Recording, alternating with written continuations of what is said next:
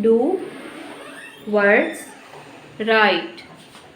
Translate into Urdu. It was a very hot day when the school ended. All the students made a queue and left their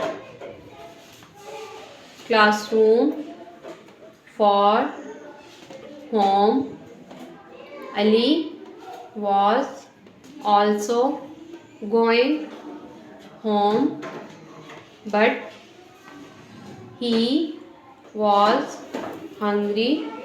He saw some of his classmates enjoying drinks and biscuits.